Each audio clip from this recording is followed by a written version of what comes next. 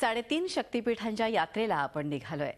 3.5 पीठांपैकी अर्धपीठ असलेल्या सप्तशृंगी गडावरील सप्तशृंगी देवीच्या दर्शनासाठी भाविकांची वर्षभर गर्दी असते।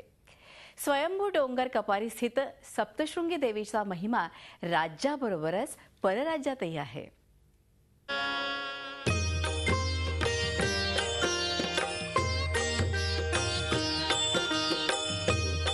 नाशिक जिल्ह्यातील कळवण तालुक्यात असलेल्या सप्तशृंगी गडावरील ही सप्तशृंगी माता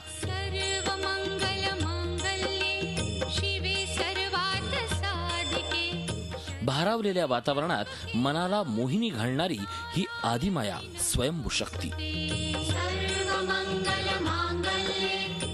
मनावर दडपण आणणारा कातळ कडा पाहतानाच शिखरावर पोहोचताच विस्तीर्ण परिसर पाहताना आपल्याला अनंत आणि अगम्यपणाची जाणीव होते आणि मग श्रद्धेने आपण श्री आदिमायेला शरण जातो। आपल्या विचारांमध्ये एक अनामिक चैतन्य प्रकटतं आणि अशा प्रत्येक वेळी आदिमाया श्री सप्तशृंगी देवीचं दर्शन भारलेपण देऊन जातं।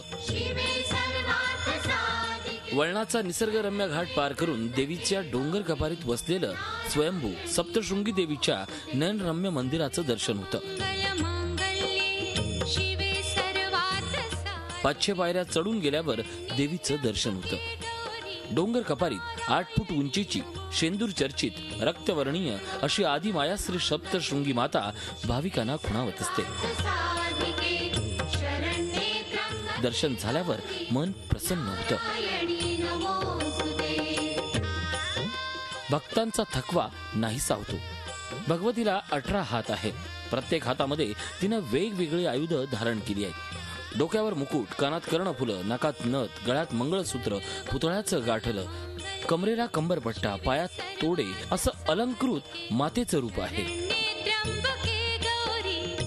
सप्तशृंगी गडावर नवरात्रोत्सव, चैत्रोत्सव आणि कोजागिरी पौर्णिमेला यात्रा भरते। यावेळी लाखो भाविक इथं दर्शनासाठी येतात।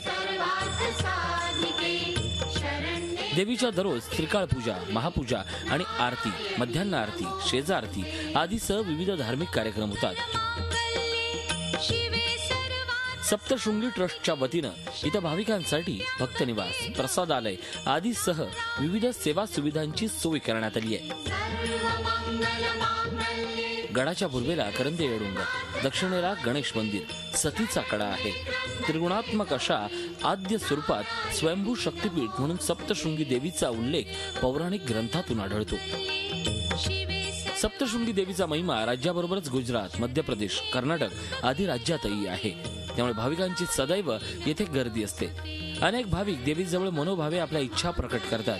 त्या पूर्ण झाल्यानंतर पुन्हा आवर्जून इथं दर्शनासाठी येतात।